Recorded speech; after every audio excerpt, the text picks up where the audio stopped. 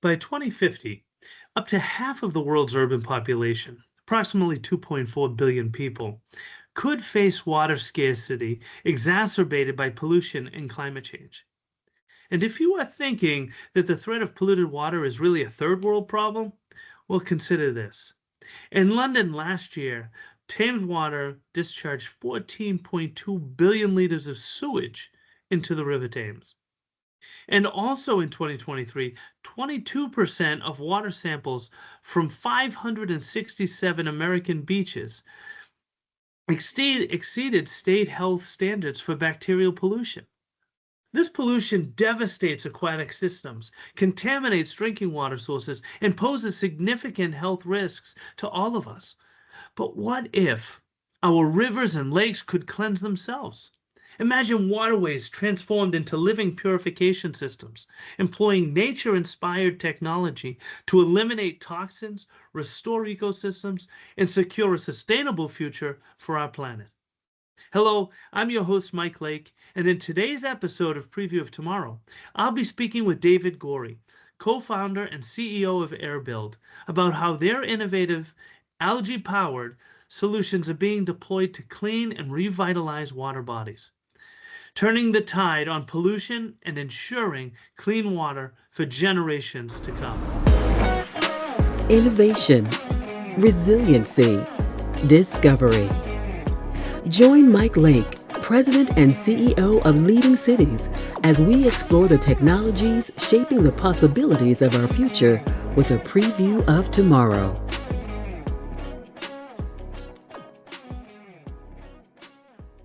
Welcome, David. Thank you so much for joining us, and welcome to all of our listeners.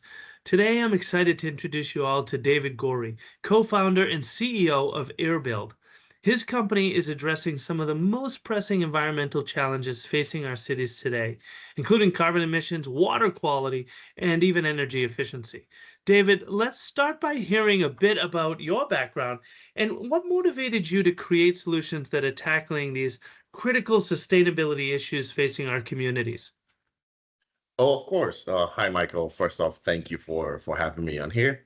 I think my story is very unique, in its truest form. I'm from Nigeria, where I spent the first 16 years of my life, and going through these environmental problems, from polluted waterways, so we had to drink water from wells, to terrible air quality due to emissions, not only from industries but also mobility, and then related that to the fact that energy was not a given. I didn't even know about 24/7 electricity up until I came to America, because we would go days, months, years without energy. So I think just having that pain and then coming here, getting my mechanical engineering degree, a master's in business administration, and then another master's, random master's, which I don't like to talk about, in cybersecurity for some reason, it just, I felt like, the best thing to do after meeting my co-founders was to put our experience and our knowledge together to solve the problems that we've all faced, back home. In those problems, I mean, maybe parts of the world like the US have that 24/7 access to energy, but there are issues that all of our communities are facing. And the issues around pollution and, air quality, water quality is massive. It's growing, and I've often said that, to me, one of the biggest stories out there that's not getting the attention I think it deserves is the fact that so much of our water is not drinkable.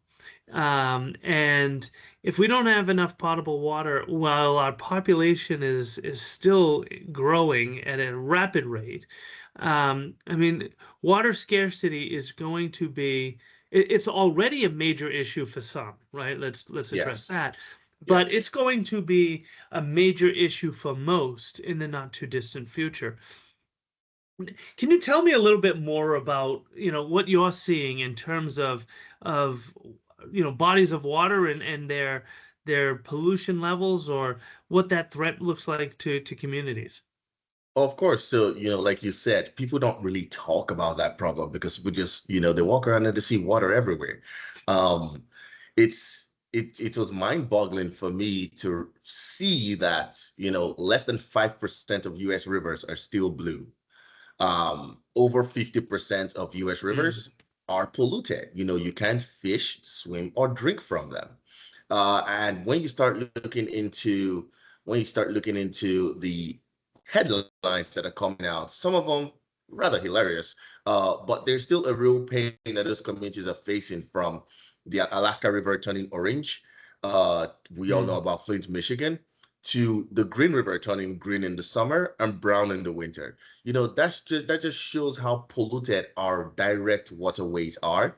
And cities like New York right now are facing that problem, going through a mini drought, which, scientists predict will only get worse, in the future.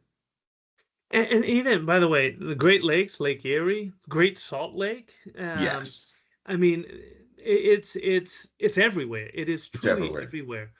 Um, so, I mean, you bring up a good point, and I think about how easy it is for us in the US or in the Western world. I mean, you walk into a kitchen, you walk into a bathroom, you turn a little handle, and plenty of clean water is dispensed for whatever need you have for it.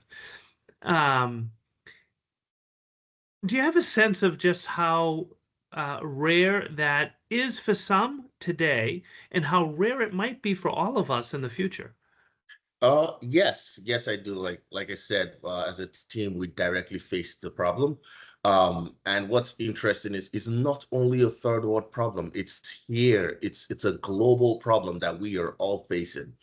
Um, my co-founder Richard faced, a worse fate than I did. I always shiver every time, I tell his story. He lost his mother and his sister to waterborne diseases. So it's an aggressive problem, and over 2.2 billion people lack access to clean water. And the way the water infrastructure is set up right now, we send our polluted water once it goes through our water filtration site, which takes out a particular percentage of the pollution into our rivers.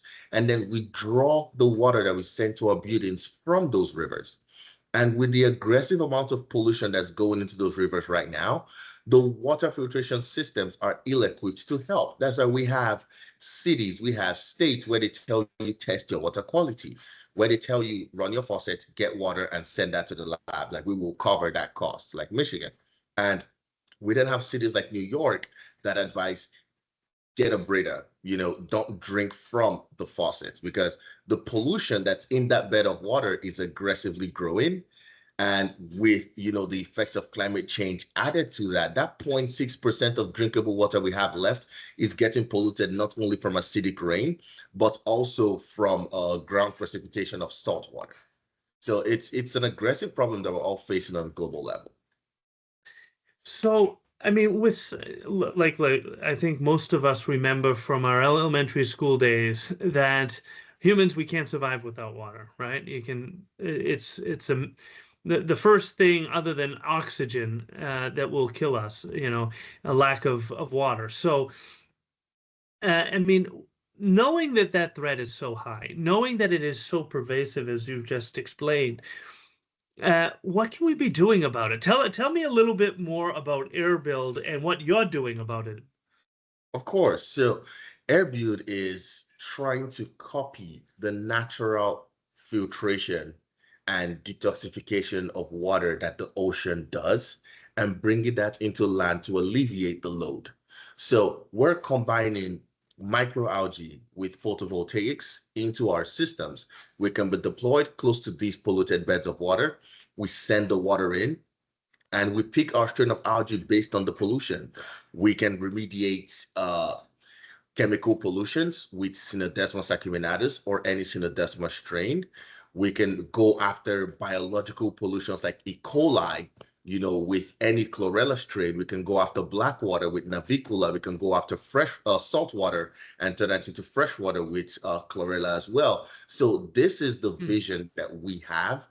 A scenario where we deploy these solutions close to these polluted beds of water, clean that water while at the same time capturing carbon from the air. because my dad always told me something growing up, which I never took seriously up until now that I use it every time I talk. We can walk and chew gum at the same time. The climate crisis is already here, so we can work to mitigate that crisis through the carbon capture part of our equation, while also adapting to it by preserving our already polluted and at-risk waterways. So what I'm hearing is that you're talking about a nature-based water filtration system. But now walk me through, if I were to deploy this, what does that mean? You know, who's deploying it, or who could deploy it, and how does it get deployed? What's it look like? So we have fine-tuned, that story in a way that it's profitable and incentivizes all parties involved. So we talk to cities and we sign a land for service agreement, because these cities are the ones that are aggressively facing the problem. If you look into the most famous one that we know about, Paris and the Seine River, they spent $1.5 billion by remediating that river, and the Olympians still couldn't swim in it. Boston has spent $4.5 billion cleaning up their river, which is now swimmable, thank God. And they're currently north of $10 million in with the Charles River. The EPA spent $1.3 billion cleaning up the Passaic River. So it's a problem that we're aggressively facing, and people don't know how to tackle that problem. By the way, you mentioned the Seine in Paris in the Olympics, but remember what happened in Brazil. Yes. Same exact situation. Yeah. Same exact situation. So we talk to cities and we tell them, you have this land that's close to this water that you're not using. Give us this land and we will clean your water.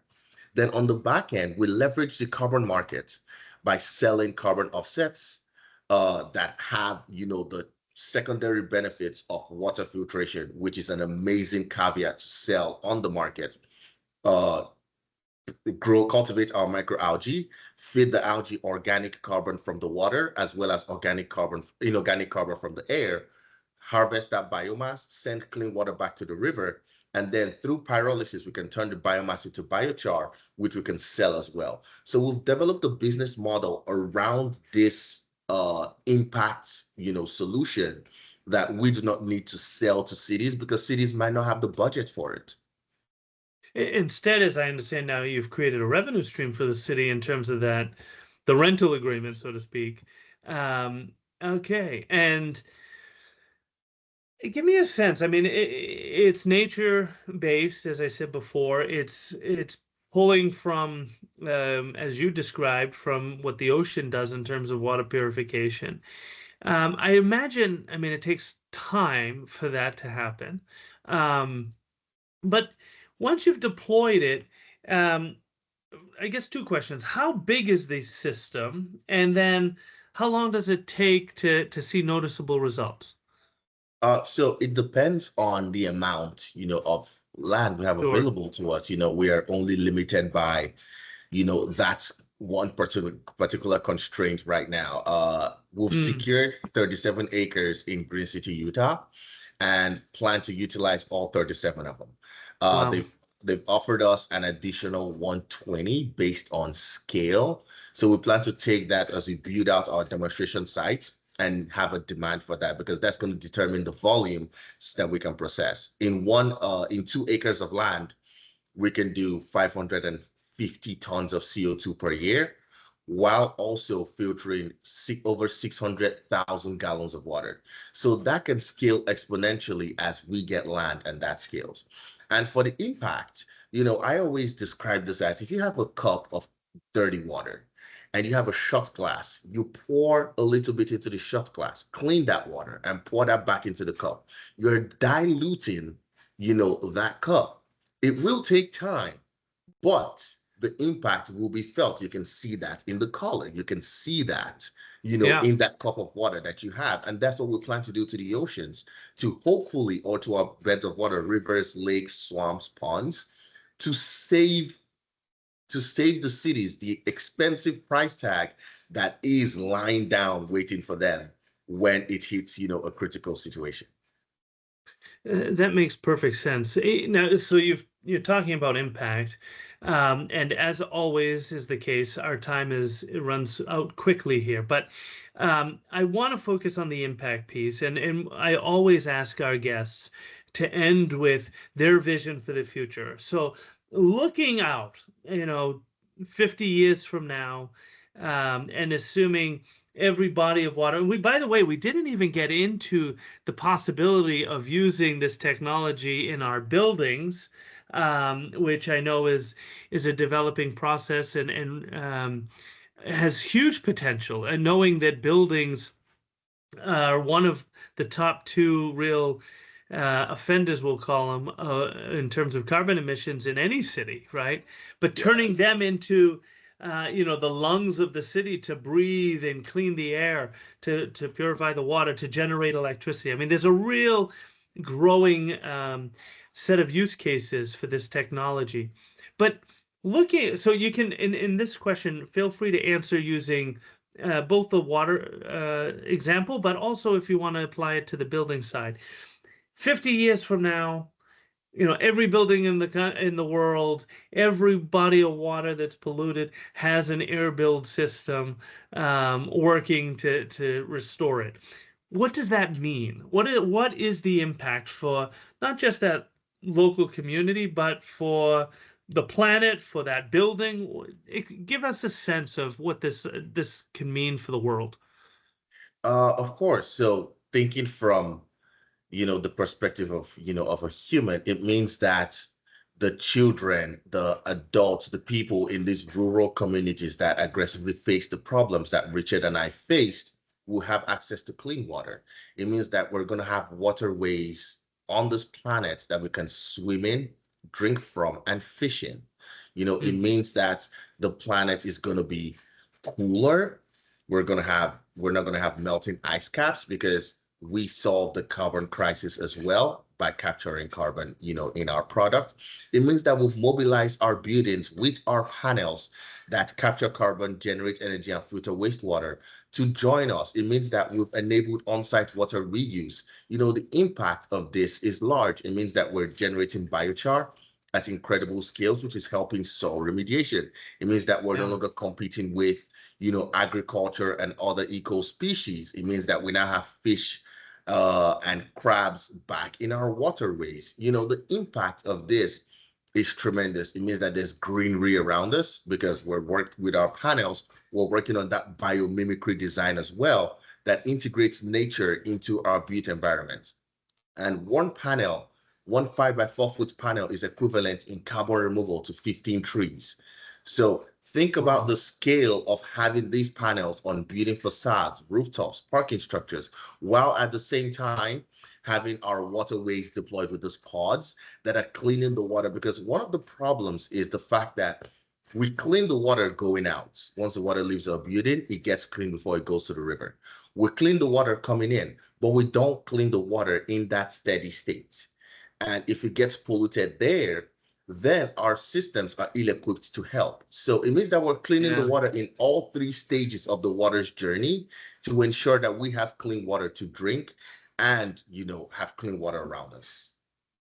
Well, that's amazing. And I will say, I mean, I'm all for, planting more trees. I think it's important, but there is a reality to that that I think we often overlook, is it takes about 25 years for a new tree to actually reach that mature level when we use the calculations that we do in terms of how much carbon they're capturing. And so the great thing about a technology like this is you install it, you flip the switch, and boom, it's active at full capacity. No 25-year wait.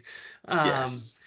And I'll tell you, as it was someone with two little children, that question about the future and just the idea of, access to clean drinking water or swimming pools or beaches, the ability to breathe the air. I mean, it's real. And so I want to thank you not just for your time on Preview of Tomorrow podcast today, but your time that you're dedicating, your commitment to this cause to make our world a safer place for all of us, especially for future generations.